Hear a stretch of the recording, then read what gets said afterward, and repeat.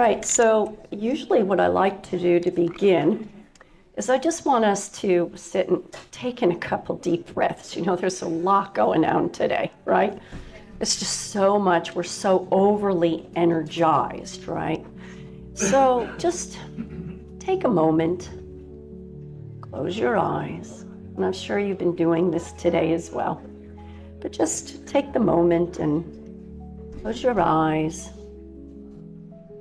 and just watch your breath.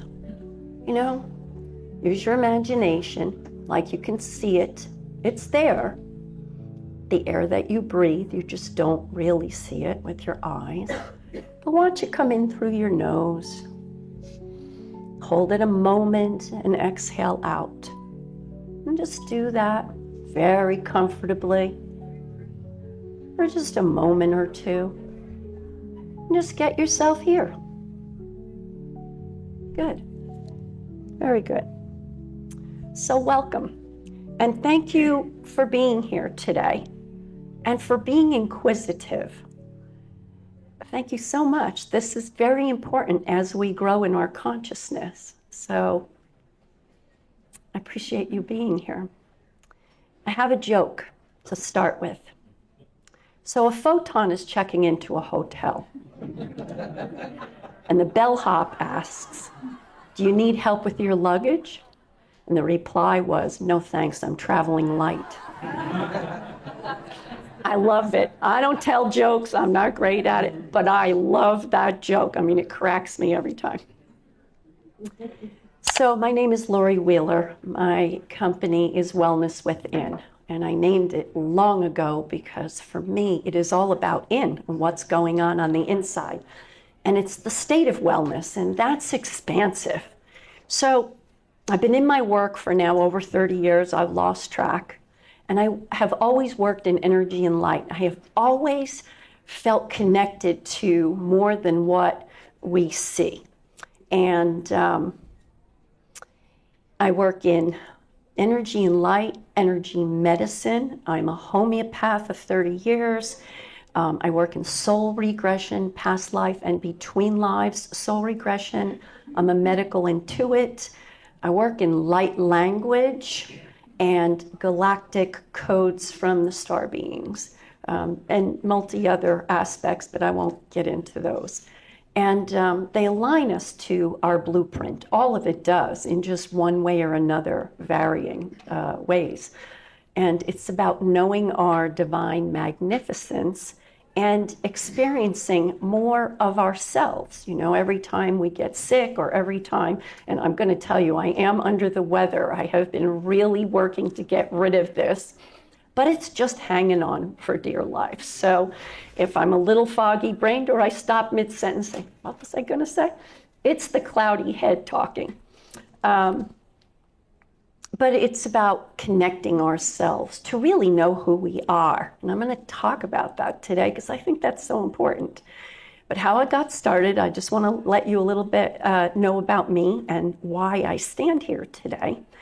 I've been channeling since I was 5 years old. I'm sure I was more earlier, but I have a recollection of 5 years old. And I began channeling Yeshua. And the reason is because I have a close connection with him. And I can remember I was raised Catholic, and my mom would take me to church, and I would literally talk to him. And people, you know, would look at me and they'd be like, and my mom would say, shh, shh, don't talk so loud. But he's talking to me, you know. And that was a good thing, but I guess they didn't think around me. And then I've kind of always followed my path, although I did some exploring. I got married to my first husband very early in life. And I had a vision before I had my children. And I had a vision of a baby basket with 4 heads in it. The first one had a pink bonnet. There were 2 others that did not. And then a blanket and a 4th head. And sure enough, I had 3 children in 3.5 years. The first was a girl, 2 were a boy. There was a little space in time, and another boy. So, you know, not that I planned it that way, it just happened, right? But I've always been given visions for my life, always, things that are going to happen. Sometimes I'll just wake up and I know what's going to happen in the world, or to people that I know, or however it may come to me. So in my early 30s, we were building a house in New York State outside of Woodstock, and the Woodstock, you know, and we had toxic water. We had a well, and we had very toxic water, and it made my whole family very, very sick. And I actually lost my memory, and I don't know if that means anything to anybody, you know. As we age, we are losing our memories a little bit, you know, but this was like, I could not recall where to go, how to get there, or anything. I would have to draw a map to go to town. So that's pretty toxic. But there's a silver lining in this. And then on top of that, it made us very sick physically. But along with that, I had a great opening.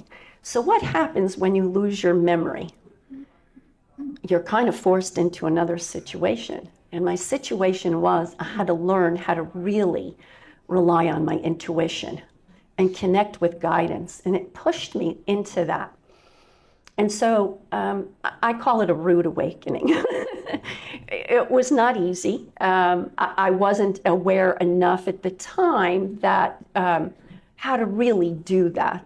There's no instruction manual, right? I just had to do it. So nobody tells you this. And I had nobody to really ask, because way back then, and I'm not going to tell you how many years that is, but yeah, you can imagine it's a few. It just, you have to learn it. So that's what I did. And I learned about my intuitive capabilities, and I learned to meet my guides. And I actually, a real long story short, I was called on my land to lean up against a tree on the land, and I did, and I suddenly found myself bilocated to another time.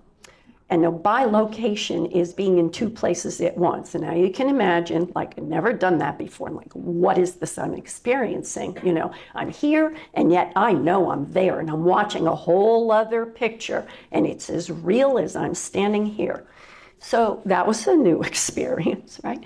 And so it was actually a time where there was a small war party. I lived in a Native American area called Minisink, and a Native American party came upon a larger tribe, and they had killed many in the middle of the night. And when I leaned up against the tree, I felt like I was at a funeral for hundreds of people, but I didn't know any of them. So strange, right? And then, let's just take the story to the next degree, right? All the sorrow of those people mourning their loss went right into me. And I felt in agony for all these people, and I didn't even know them, and I'm mourning all this loss, right? So now what do? You've got to learn. This is what I call a real rude awakening, right? But this is my classroom, and I don't do anything easy. That was just one of the examples. So, so I had to learn how to get through it. And that's kind of like the real short skinny of how I kind of came into this. I started to work with guidance. I don't tell many people about the different guides, but I had Native American guides. I had all kinds of guides started to come in and talk to me because probably they thought I needed some help, some guidance. Thank you. So we're all souls having different experiences at this point simultaneously. I don't know, does everybody believe there's more than this moment in time that you're standing in right now? Raise your hand. Okay, so we know there's parallel times, so lots and lots and lots. They could, fill this entire hotel, right, and beyond. And all of it is a network of information that's going on in the cosmic matrix web. And we're a part of this. It's holding every thought, feeling, experience. Everything gets imprinted into it. And there's response to it.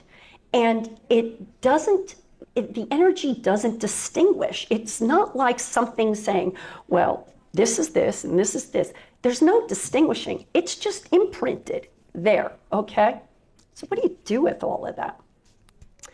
It consists of vibrational bands of frequency, vibrating strings of energy, each having their own unique frequencies, patterns, waves, sacred geometry, and they're all filled with wisdom and information. And there's divine intelligence, and it's a consciousness in all of its manifestations, and it shapes our reality, everything that's in there. And I'm sure everybody is feeling the shaping of reality going on right now, right? Who is? Yeah. Who's feeling it's challenging right now? Oh, come on. Be honest. It's okay. It's okay to tell the energy, this is challenging. You know, it's not all, you know, because it isn't. Sometimes it is difficult, and the difficult challenges are there for teaching lessons, right? And I wrote a book, Oh No, Not Another Learning Experience, for that reason, because it is, it's all learning, right? So in nature, we find these different patterns and sacred geometry and such like in the Fibonacci sequence, the spirals of the snail's shell, hexagon of the honeycomb.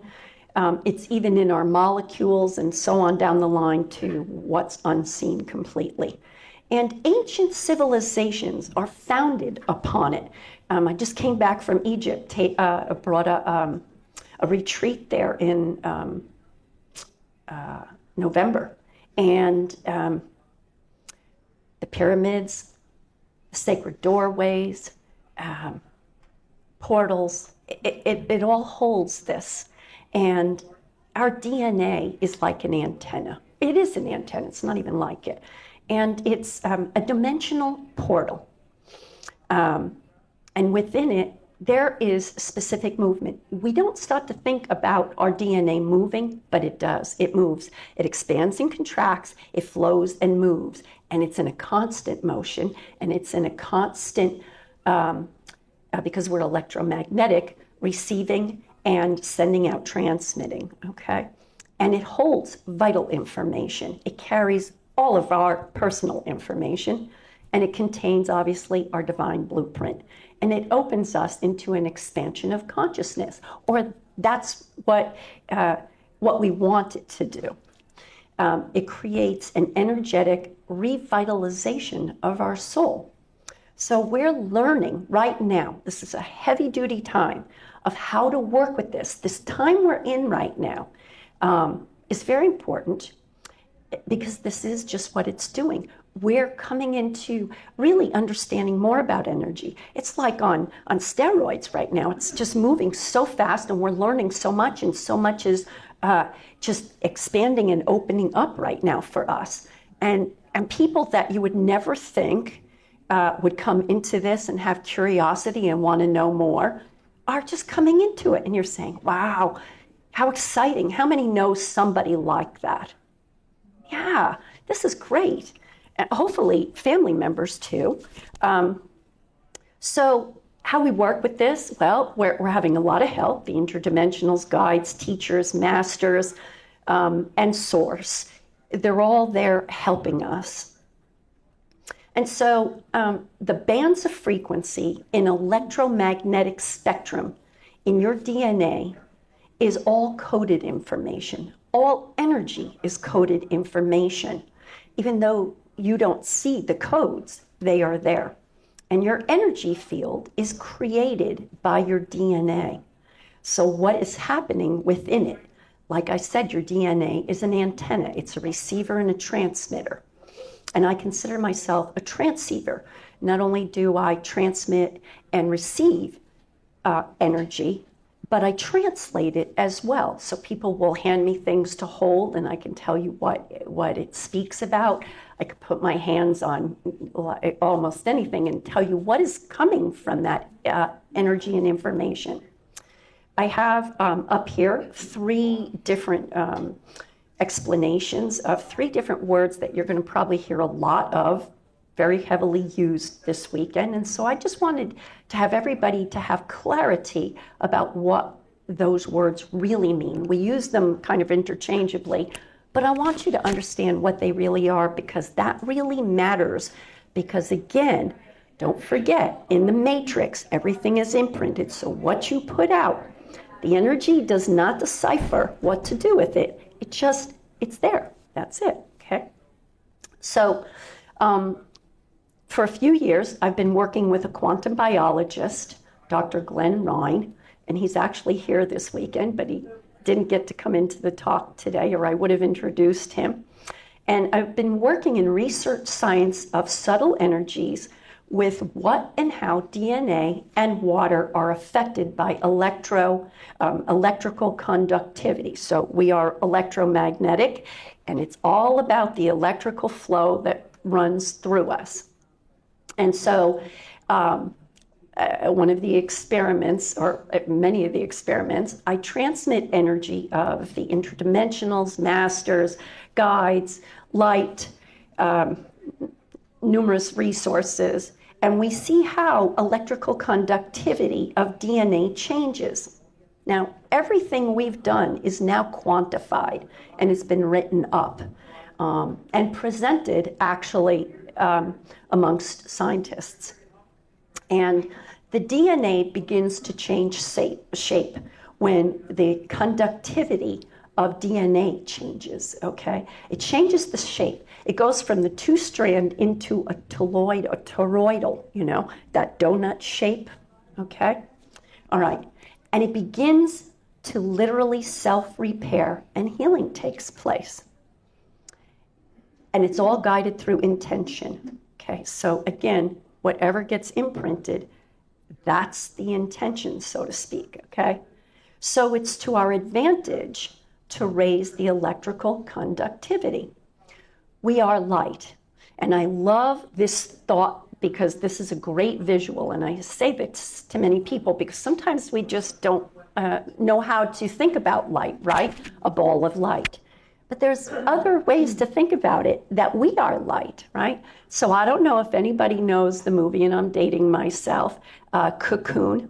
And one of the movies, they're in the swimming pool, and I think it's Steve Guttenberg. He's having a little interest with the gal that's in the pool, but she's an extraterrestrial, right? So he wants to get a little thing going on. So she says, okay, you want to get a thing going on, right? So she starts to unzip her skin, okay? Well, your skin is your DNA, okay? It carries everything, right? She unzips it. She pulls it off of her like it's a whole bodysuit, right? And out comes this light being. And I thought, oh my gosh, they're so onto it, because that's exactly it. So when you think about light and you being the light being, think about that. That's it. You're just housed in this. This is carrying memories, okay, but you are this light.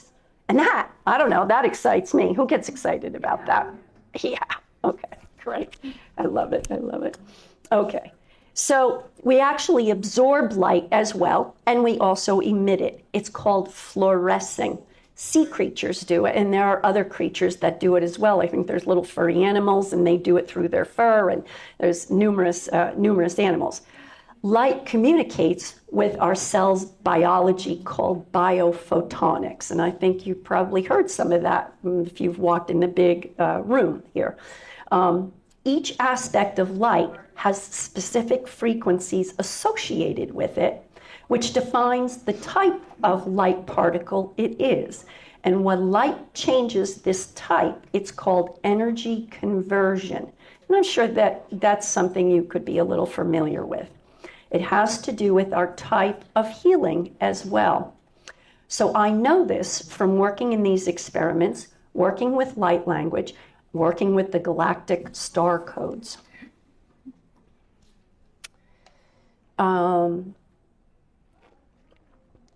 So light, sound, heat, they're all forms of energy and a type of electromagnetic radiation.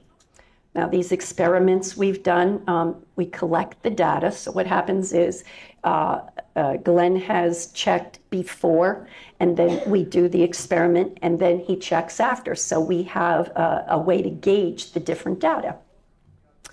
And it's after the transmission. And some of the resources that I've transmitted, Mary Magdalene being one, I work with her, the Arcturian commander Ashtar, and I'll tell you in a minute about him, the emissaries of light, my own energy, I just call in energy and light, the galactic star codes, and numerous others. And the galactic star codes I work with, they're just incredible. And I don't even know how to describe them. They blow my mind every time I work with them. They come from 5 different star groups, and they are Pleiadian, Arcturian, Lyran, Sirius, and Andromedan. And they came together and they put together these codes that read like a manual for humankind. But they are used also as individual for each person to elicit what that person might need at that time.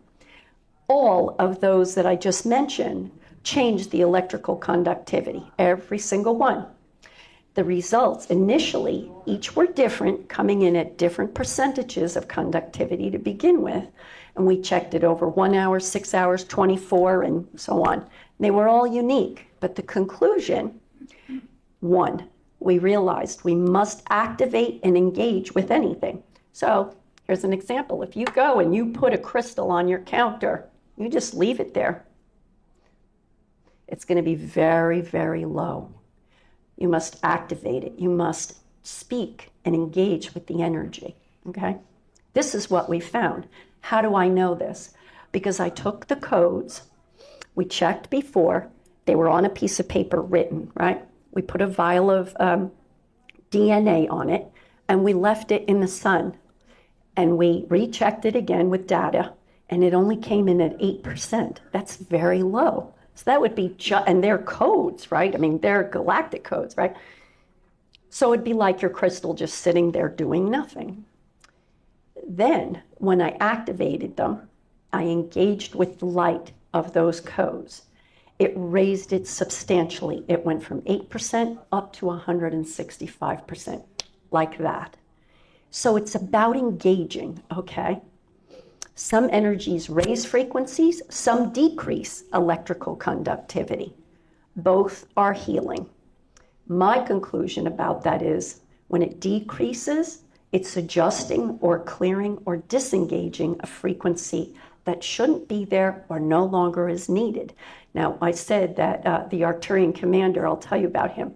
So he actually disengaged the frequency and he actually created a new frequency, which is really cool. Never got to see that before. It was just kind of like a fun little thing. Anyway, okay. During one experiment, we were very fortunate. I was working in one side of the room. Glenn was in another on his computer. The computer, I wasn't paying attention. I was transmitting with my eyes closed. And Glenn was working on his computer. His screen went down. It turned pink, like that. This is a picture of it he took with his phone. Thankfully, he did.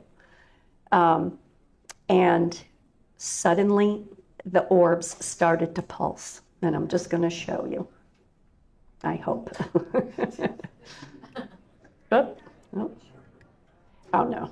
I had a feeling that might happen. Oh, no, it's not going to pulse. Oh. Did it pulse for a second? Yeah, there it is. Okay, there it is. Okay. We only got 10 seconds of it, but I was like, let's say tickled pink about it, you know? Because from there we could use that. So I'll tell you more about that. So I asked the orbs what they were transmitting, and they said They were letting us know they exist and are present, and they were tuning into our vibrations so we know that they are listening. Oh, yes.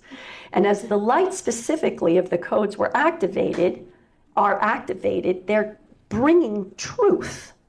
Well, that's really important, you know. Who are these beings that are, you know, talking, right? I mean, you know, this is sort of real proof that these beings are really bringing truth.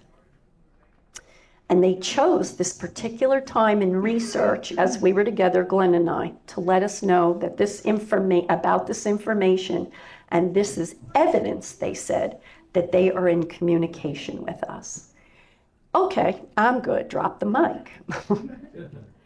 Okay, another experiment we did. We took regular tap water, H2O, transmitted the light, we checked it before, and then transmitted the light in, and I did an experiment with my energy as well. And the energy, the light, began changing the compound and started to restructure the water molecules. Now, how you're going to say, well, how do you know that? Because I see energy. So what it started to do, you know, you've got the H's and the O's, right? Okay, that's what H2O is, okay?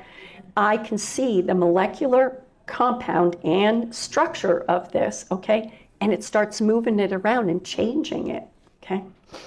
And I asked, why were they doing it? And it said, so more light can be held within this structure. Wow, okay.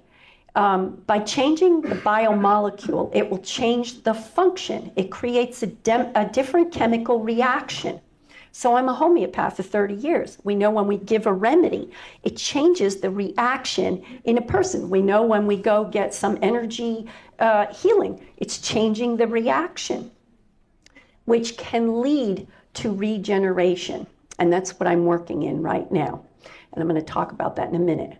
One way that we know about regeneration is stem cell. This goes well beyond that. Like jellyfish, squid, snakes, sea creatures, they all regenerate. You know, you cut off the tail of a snake, it can regenerate itself. Even our liver can regenerate itself. But science does not understand enough of this. They don't know yet a lot of information about this. So these experiments are about increasing the electricity of the body and how it uses it to repair. When I transmit the light, I get real warm. It's a type of thermal reaction, which is a chemical reaction. And thermal energy is required to break the chemical bonds in the molecule to rearrange them into a different form, just like I was seeing, you know, with the tap water. So the heat created is a reactant. The result is you either get a new molecule or some kind of a chemical substance. This is necessary for healing. Light converts one kind of energy into another. Why am I telling you this? Why does this matter? This is our now. This is our future. We are in a time where we are influencing and manipulating or learning to manipulate energy. We're really learning that intention drives everything. And knowing our power is very important. We are powerful beyond what we really realize. And these experiments teach us this. This is not just me. This is every human being that exists has this, because remember the unzip and step out and you are light. This is what you are. This is the reality of who you are. So one of my journeys into these codes was to Sirius. And while I'm there, I download, so I have a parallel time. This is one of the places. I zip in and out of Sirius, okay? And I downloaded information, pieces of information about how fast things can change and repair and regenerate. And it's a kind of exchange or transference within our blood, our biological system, or theirs, I'll say. And it's in their water, it's in their surroundings, it's in their whole biology. This is what they were explaining. And they don't need any tools to create that happening. It exists. This is where we're headed. This is beyond. When you have the capacity to regenerate on your own.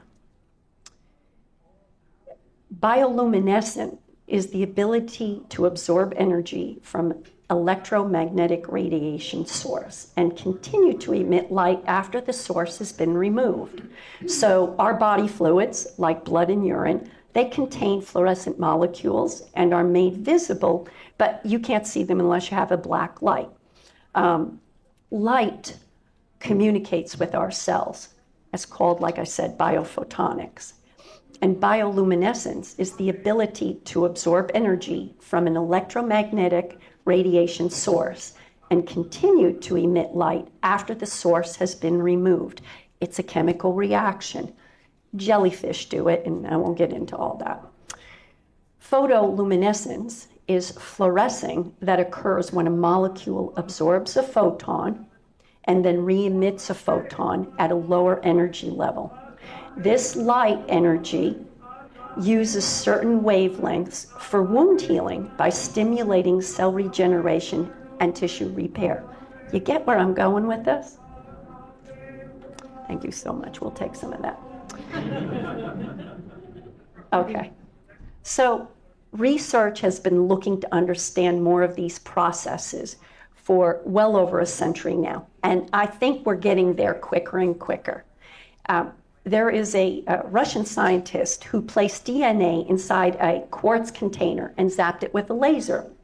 The DNA absorbed the light, stored it up to 30 days inside a corkscrew-shaped spiral in an exact blueprint of light reflecting the DNA pattern.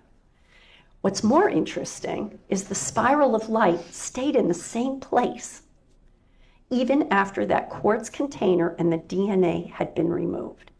Now, I don't know about you, but that does blow my mind. Who's with me? Yeah, wow. I mean, wow. I don't know, I get super excited about this stuff. Okay, so what's the meaning of this? All right. The matrix, which is our energy field, or the energy field, is holding the light in place. And the DNA is responding to this external energy field. This energy field is exchanging information with your cells in the form of light. So remember what the orb said. This is truth that is being conveyed and activated. Love it. Okay, so these testings are consistent and conclusive, and very important conclusions. One, there's more than one form of healing happening in these experiments. Different kinds of healing.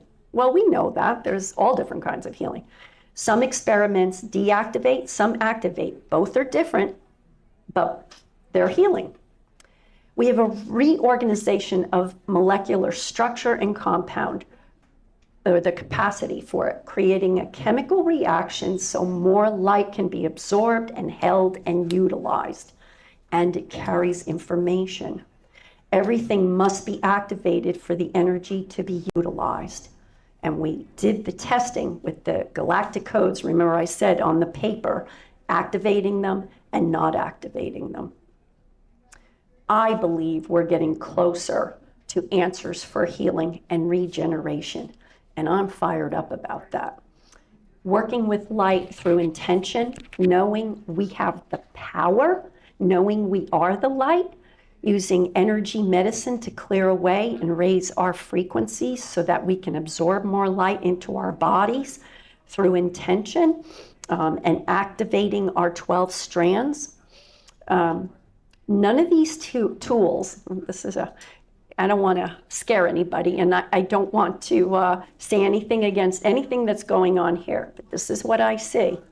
None of the tools that we are using today are necessary. They're not. We have that capability. We don't know how to use it completely yet, but we have this capability, and science is growing us closer and closer. And the more people that are inquisitive, that want to know more, are going to push us to understand this.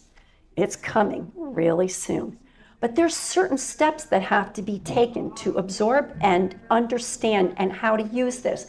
And right now, we're learning. Remember I said we must influence and learn how to manipulate and work with energy. And every single person does. So I have a little quick story, and then I was going to do a little meditation, but I may just do some light language. We'll see what happens, okay? So a story of a woman who was she was in her 60s. She was a nurse in a hospital. She was paralyzed in a bicycle accident. She fell over her handlebars and fell on a gravel on the road. And she became paralyzed from her neck down. And they lifted her to the hospital, and a friend of mine called, who was a friend of hers. I did not know the woman, and asked me to come into the hospital. And I said, sure. I went in. There were two people, my friend and the daughter, and the woman who had the accident. And we'll call her Judy for now. I didn't know what I was coming into, and so all I did was just begin to activate the light. And she became activated, okay?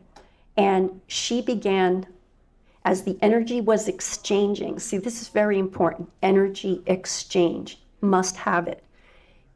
As I was activating and I went out of this time. I went into the time of the accident and the moment of the accident's happening, where she became paralyzed. And I asked about that, and I was told that fear came in and there was some disruption to her body.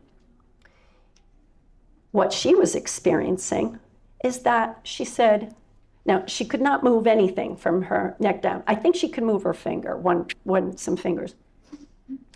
She said what she was experiencing was she began to swim in water. She could see herself swimming in water. And I said, tell me about that. And she said, well, the funny thing is, I'm afraid of swimming in water. I'm afraid I'm going to drown. So it's very funny that this should show up. But what was really interesting is her arms and legs started to move. Okay.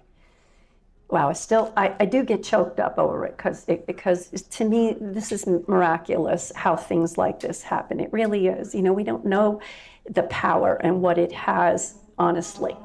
And so to watch this, and as she's moving and she's loving it, and I'm seeing this, you know, and moving the energy, and it was like, and she walked out of the hospital 6 weeks later. So, you know, never think miracles can't happen. Never dispel the power of light and energy, and certainly don't dispel your power. We're all amazing. We really are.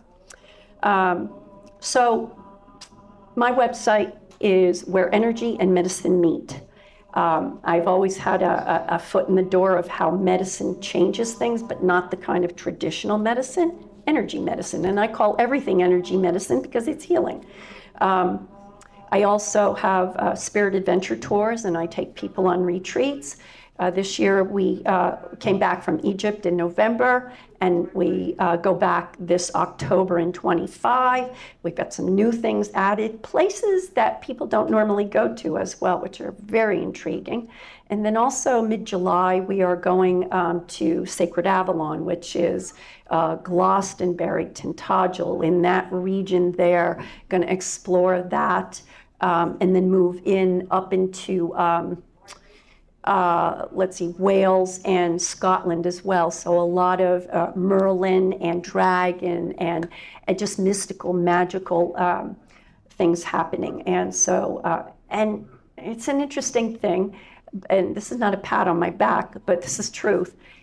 When I go places, and this is how my retreat started, magic happens. And I would tell people about it, and they're like, can you take me the next time? And it just kind of gathered and started that way. And I love bringing people. I love watching how things happen for each individual.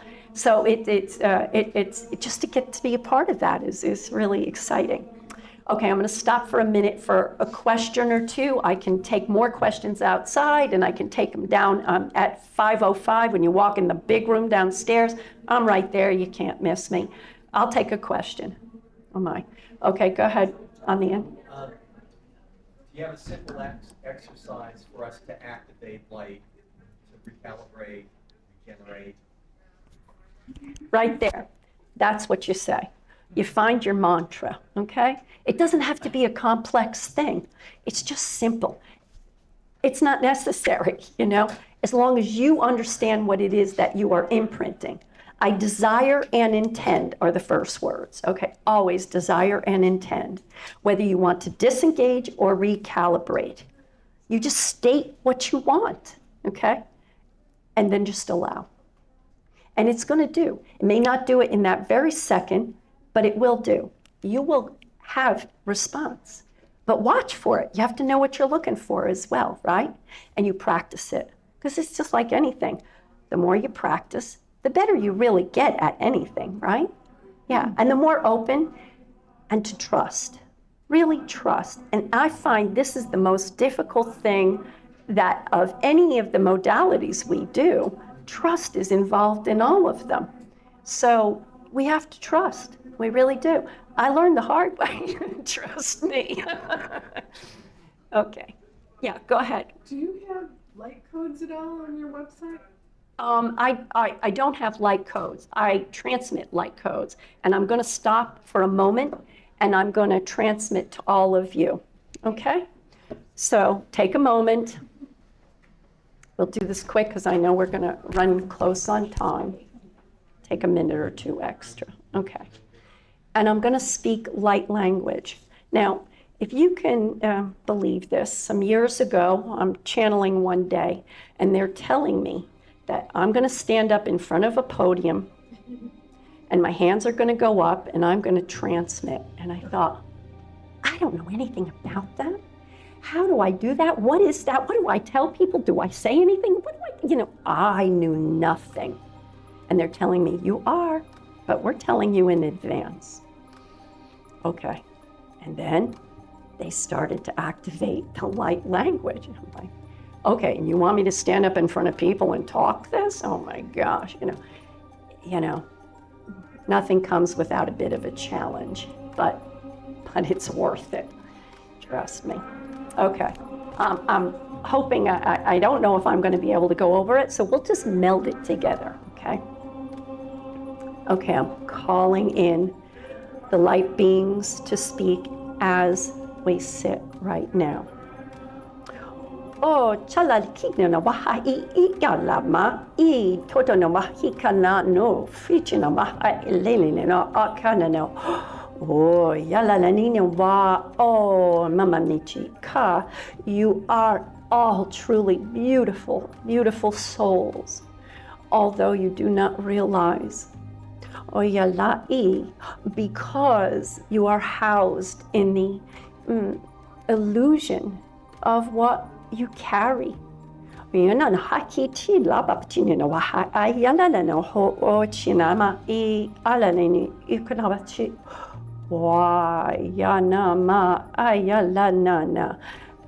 are sending light to you. They are speaking the truth, and they are using this time in this moment to share this with you. They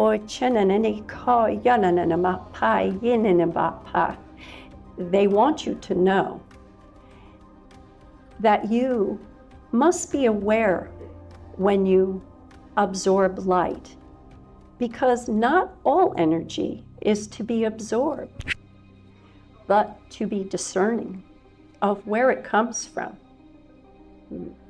So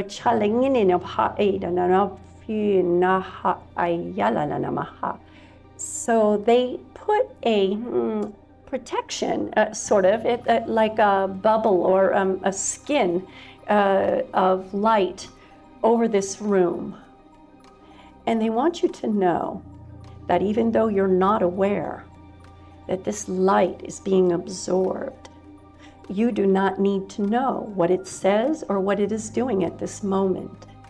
There will be a moment in time when you will be ready to open to it, and you can access it.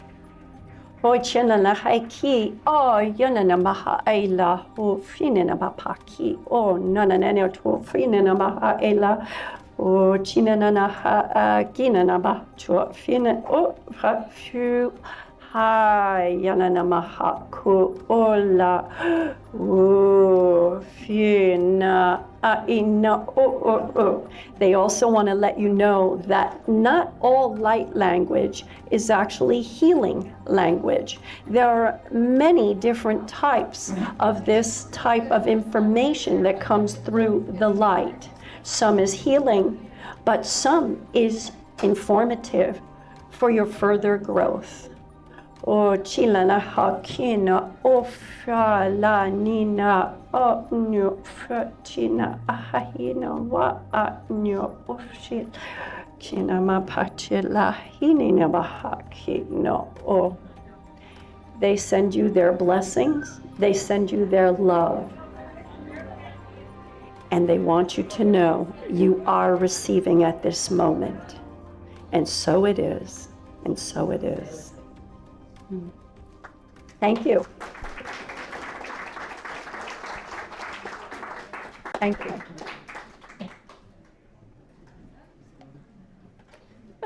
Question? No, you have a question. So, in addition to the intention that you told us about, what imagery would you suggest that we use to facilitate the healing, and particularly in regard to DNA? Well, there's a lot of different imagery. Depends on what you want as a result or an outcome. You can imagine your DNA. You can imagine your Ka body, which is your ethereal body, your energy body, okay? You might have a wound or something that you want to send energy to. It's very specific. As specific as you possibly can be, that's what's important. Yes, that's what I'm asking. As specific as you can possibly be about where you want that energy to go. To go. Mm-hmm.